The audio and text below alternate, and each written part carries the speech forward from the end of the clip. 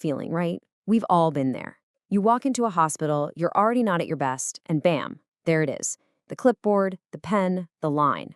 That whole experience, that friction right at the front desk, it's more than just annoying. It's actually a sign of a much, much bigger problem hiding in plain sight. So here's what we're going to do. We're going to dive into why that check-in process is so broken. Then we'll meet the automation bot that's designed to fix it. We'll pop the hood and see how it works, look at the real-world impact on people, and then imagine what a truly future-proof front desk could look like. All right, first up, the hospital check-in problem. Let's really get into why your wait starts way before you ever get close to seeing a doctor. And it really all boils down to this one question, doesn't it? Why is this process, something that happens thousands of times a day in every single hospital, still so fundamentally, well, broken? The whole thing starts with one big problem. Someone has to manually type everything in, from your forms, your ID, everything. And that one thing creates this massive, cascading mess. It's slow, obviously, but it's also a huge opportunity for human error. One wrong number in your insurance ID, that can lead to a denied claim, which costs the hospital a ton of money, creates a huge headache for you, the patient, and honestly, it leads to some serious burnout for the staff. What this manual process really is, it's a bottleneck. It's that one single point of congestion where everything grinds to a halt.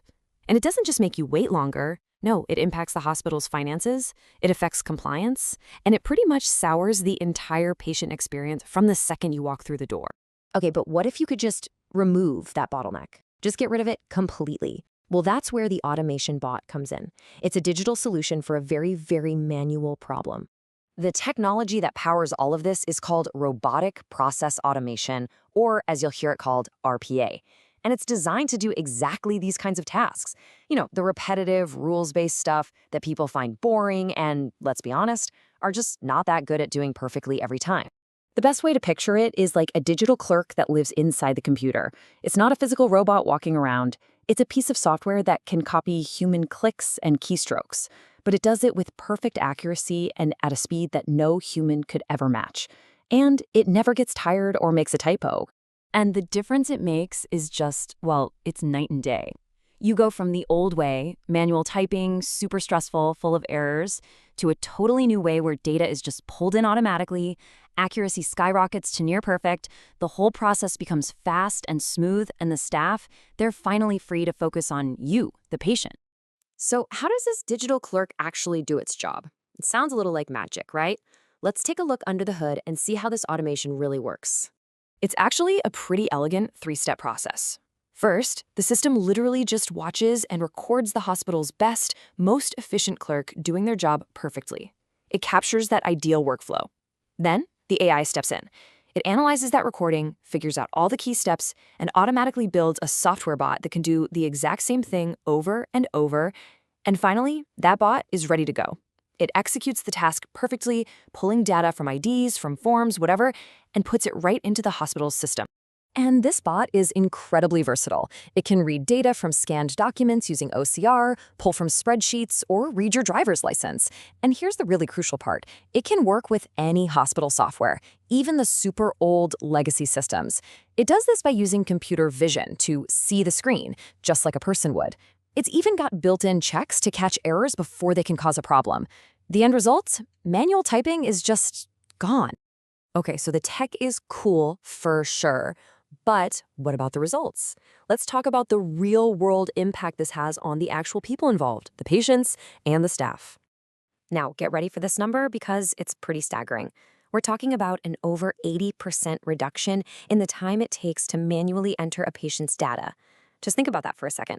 That bottleneck we talked about, with an 80% reduction in time, it's practically gone. And it's not just about speed, it's about accuracy. That human error rate from the manual process, you know, the one that causes all those claim denials, it plummets to near zero. That saves the hospital a ton of money, and it saves everyone a massive headache down the line. So who actually wins here? Well, it's pretty much everybody.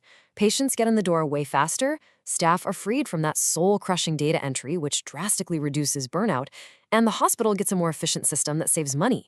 It really is a win-win-win. And honestly, this might be the most important point of all. The technology isn't replacing people here, it's empowering them.